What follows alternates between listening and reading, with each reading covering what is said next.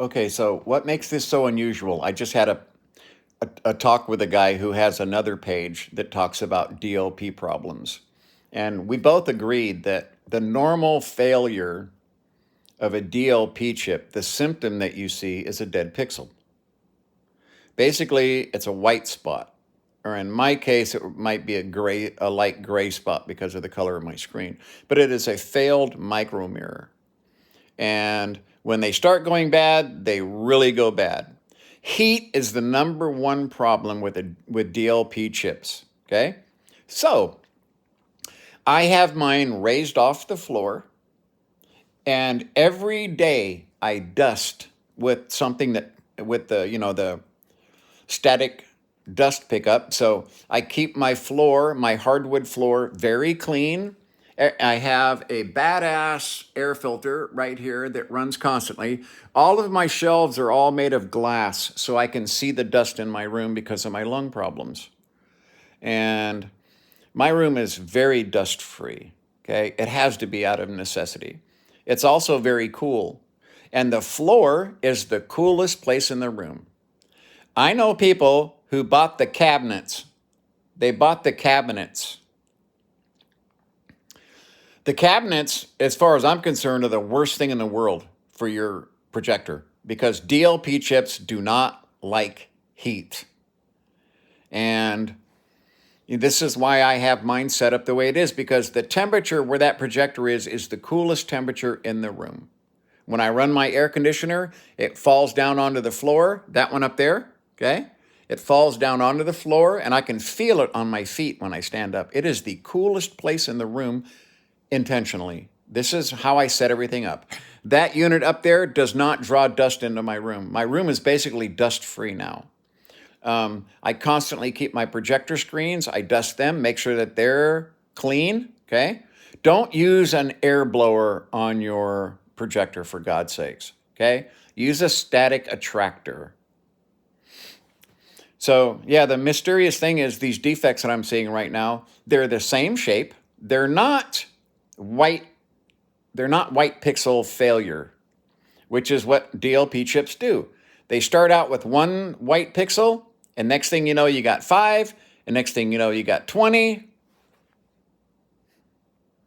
That's how they fail. I've had every DLP chip that I ever had failed on me. I think the longest DLP chip I had that was trouble-free was around 18 months on a $4,000 65-inch DLP rear projection TV that I bought at Circuit City. I bought 3 of them for the game room.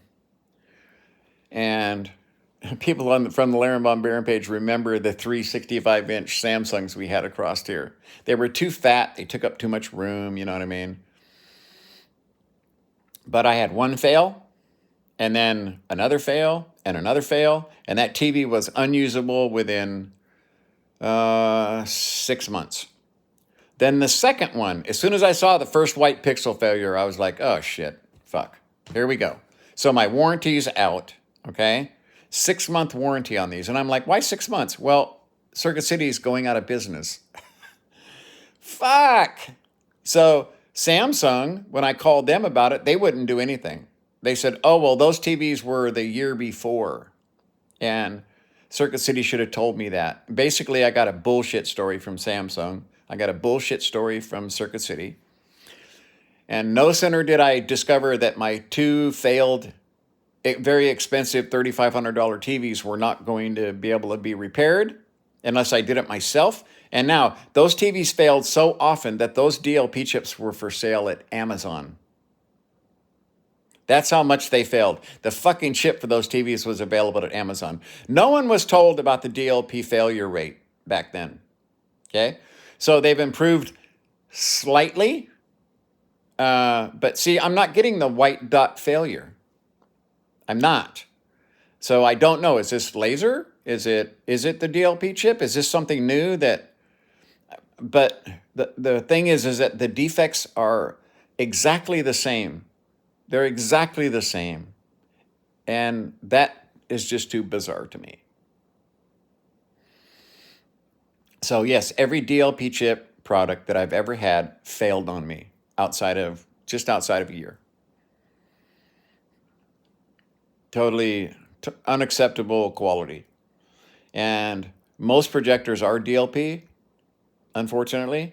And I went with, again, I've already stated this, but I'll state it again. I went with the single DLP chip tri-laser projector over the single white hot light, because they just produce more heat, with the color wheel, or the triple DLP chip. Well, the 3-chip DLP, as far as I was concerned, you're just asking for trouble. So now you can have 3 of them in your projector instead of 1? No, thank you. That was what sold me on the AWOL Vision projector, was it was a single DLP chip instead of 3. So, I don't know. I really don't know. I'm waiting for an answer from this guy. He had like 100,000 views on that video about DLP chip failure. I told him to come to my page and look at my artifacts and give me an opinion on what he thinks it is. And I hope he does. We'll see if he does. Yeah, not your normal DLP failure. This is what's confusing me.